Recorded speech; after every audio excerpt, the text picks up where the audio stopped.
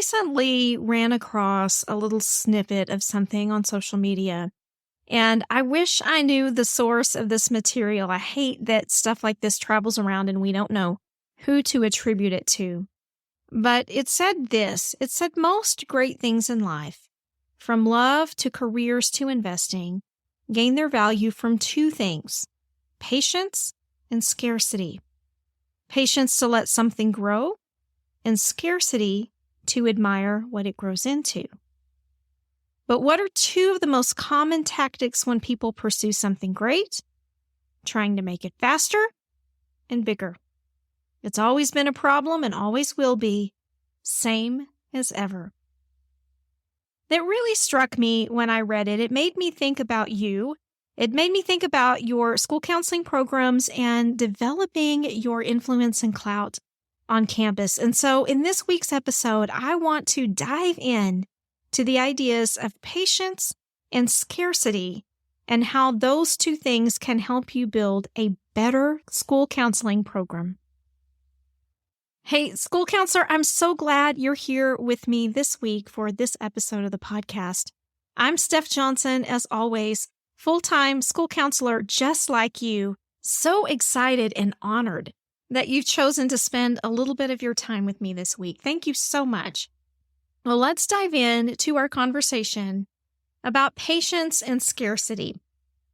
Now, these things seem to not really go very well hand in hand. As a matter of fact, as I'm recording this, I'm not even sure when I'm going to title this episode because it just seems so weird.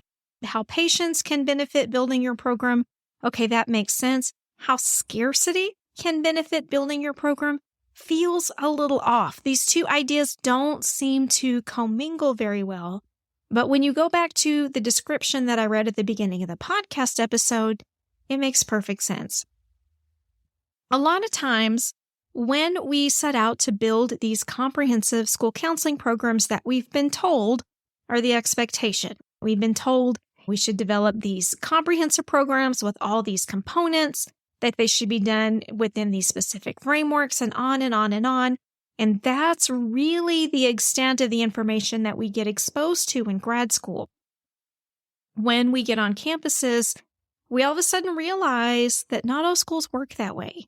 And we're not called upon to build comprehensive programs right off the bat. And it can be pretty demoralizing for a lot of people. I've even seen some school counselors slip into a little bit of a grief process over it because they had such high hopes and expectations for these awesome things they wanted to do, and then felt like they got slapped down as soon as they got on campus because they weren't able to do all the things.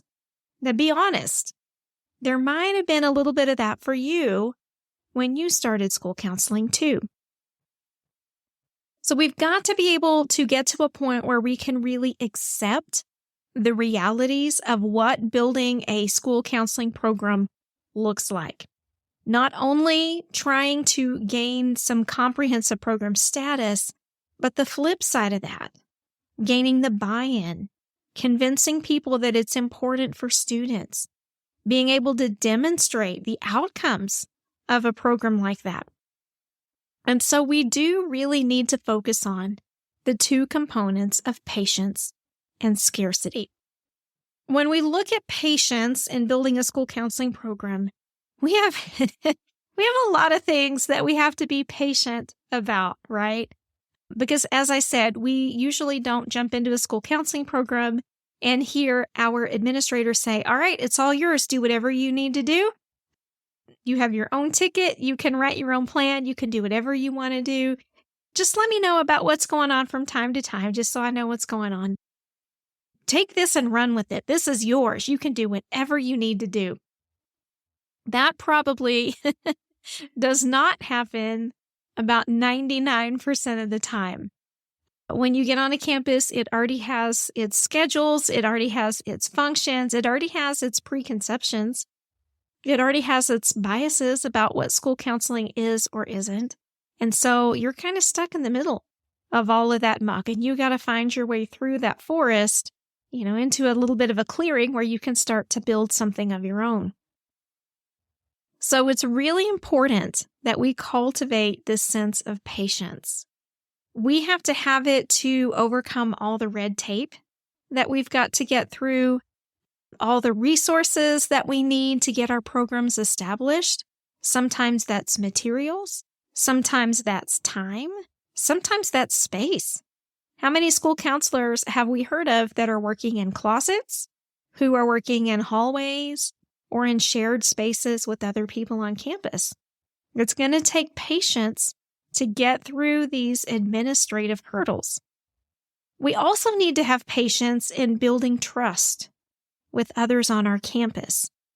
We need to remember that it takes time to establish meaningful connections with teachers. It takes time for parents to get to know us, and it takes time for students to begin to trust us. We have to be persistent with that, but we also have to be patient. So often I see school counselors show up on a campus and expect others to immediately understand how invested they are in the school counseling program, how desperately they want to serve students, and they expect this instantaneous rapport, instantaneous trust, and these wonderful relationships right off the bat. Most people aren't wired that way. And remember, too, that we're coming out of a global mass trauma. We've had a lot of things going on even since then, too, that have affected people's ability to want to get to know other people, to be able to trust them with pieces of their lives. And so this takes time. It takes patience. I think, too, sometimes we neglect to have patience when we just look at education circumstances as a whole. Education is evolving all the time, but often it changes at a glacial pace. It feels like it just takes forever. And part of that is because we are just so ingrained in the way we think about our schools and how they run. And part of that is because there are so many things that have to happen in order to create any sort of meaningful change. Budgets, space, personnel allocations, changing the hearts and minds of school board members, all these kinds of things happen in these little tiny minuscule crumbs of action that eventually combine to effect some sort of larger change. So we've got to be patient with those. It's not as easy as some people on the internet make it sound, where they say, just advocate for your program and make them see your way, make them come around. Things aren't set up to work that way. Education is a bureaucracy for sure. And so it's going to take time to implement the changes you want to see. So I think in all of this, it's super important that you have a long-term vision for what you want to accomplish, and that you're okay, both in your mind and in your heart, with knowing this is going to take some time. We often tell our new school counselors and our mastermind they need to expect 3 to 4 years of solid work performance before they really feel like they have their feet underneath them. They feel like they know their place on their campus. They know the ins and outs and the nuance of the social structures and the work expectations, and they really start feeling like they're a part of the team. Typically, we see that takes 3 to 4 years. Tack on top of that the time necessary to effect change. This is going to depend on the size of the change that you want to see, but tack that onto the back end of this 3 to 4 years, and you can see how you're quickly looking at a little bit longer timeline than, okay, guys, I've been here for 6 months and we haven't changed anything yet. Do those kinds of things happen? Sometimes, but not often. Not often in my experience. And so you've got to be willing to have the patience to see these changes through. Scarcity is the other component of growing your program. Scarcity allows you to be able to appreciate progress and to appreciate accumulated successes. Sometimes when you have limited resources, sometimes when you feel like you're trying to build a program with one hand tied behind your back, we're going to have to look and celebrate the small victories. And sometimes that can be way more powerful than just walking in and saying, this is how I want it, and all of a sudden it magically comes to be. If we step into a program that is ideal by our standards, I don't know that we often appreciate the sacrifice it took to get that program there. And so I think we really need to have an eye towards, I don't want to say a scarcity mindset because I don't want you thinking about your program in terms of scarcity, but I do want you viewing it through a lens of scarcity. Looking at quality over quantity. How can you make your interactions meaningful? How can you make them impactful instead of just blathering on and on about what you want to build and why it's important for kids? Those are two different things. It's kind of like what I talk about often with regard to handing an administrator a printed list of appropriate school counseling duties and inappropriate school counseling duties and expecting them just to see the light and change their ways. Y'all, that never happens. That's talking at people, right? What we want to be doing is talking with people. When we talk with people about that, we're focusing on the quality of the conversation, not just beating them over the head at every given opportunity. I think, too, when we're faced with scarcity, these kinds of limited resources in our programs can push us to get really innovative. They can push us to approach things in a really cost-effective way where we can continually grow, we can serve students well, we can build a wonderful program, but we can do it with an eye toward being responsible and sustainable. I think that's an important component of scarcity. So often people just want more budgets, more space, more this, more that. But if we build these right through the lens of scarcity, when we do acquire those things, we have a better appreciation for them and we're able to utilize them more wisely. I think, too, appreciating scarcity on our campuses and in our school counseling programs helps us create a culture in our school where we can value and celebrate every achievement, no matter how small that achievement might be. I think that's important. I think we really need to look toward the little things. The students that, have shown up 3 days in a row. That might be a little thing to a lot of people, but to some kids, that's huge. We need to celebrate those kinds of things. The kids that rarely raise their hands, are not real outspoken, but walk across that graduation stage. That's a big deal, but it seems small to so many people. Keeping this lens of scarcity lets us admire what our school counseling program grows into.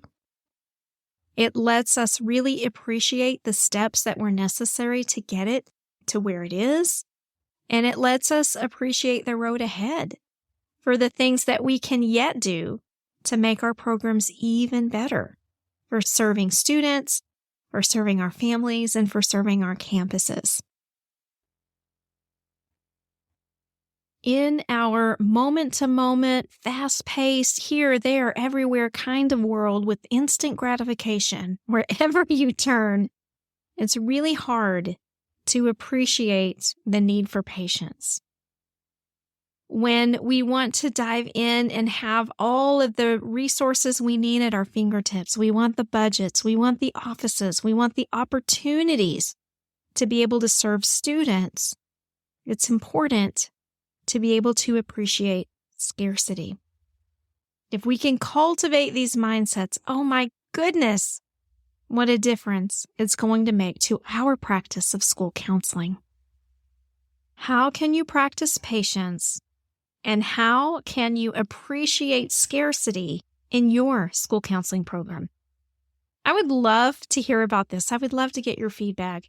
Please email me at hello@schoolforschoolcounselors.com. I would love to hear how you're cultivating patience and appreciating scarcity where you are. All right, I hope you enjoyed that episode this week. And before I go, let me remind you we've got 2 things happening right now that you might be interested in. Number 1 is our New Year Restart. This is a completely 100% free series for you. You can go sign up on our website, schoolforschoolcounselors.com/restart, and receive a series of emails designed to help you get on top of all the little loose ends, all the little pesky, naggy things that jump up and bite you later on in the semester. You're going to get all those taken care of through the New Year Restart. And like I said, no obligation on your part whatsoever. We just want to extend this as a help and a service to you as you're getting the spring semester on track. So again, you can go to schoolforschoolcounselors.com/restart to check that out. And the second thing that we have going on is the revival of our Get the Job program. Now, this program is often imitated, never duplicated.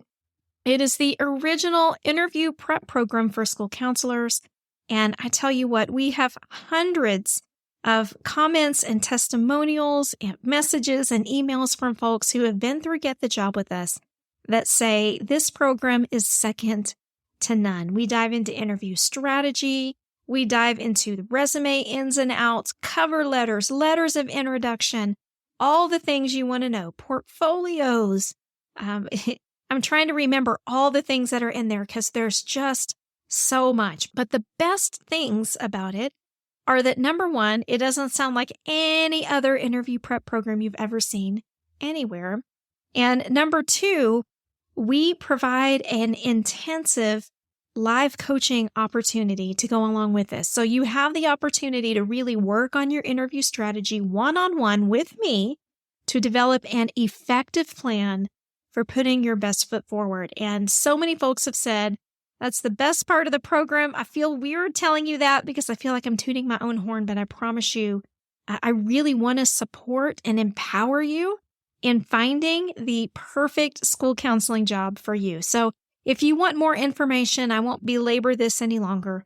You can go to schoolforschoolcounselors.com/getthejob to get all the details on that. All right, I will be back soon with another episode of the School for School Counselors podcast. And until then, I hope you have the best week. Please go out there, serve students with love in your heart, and take care.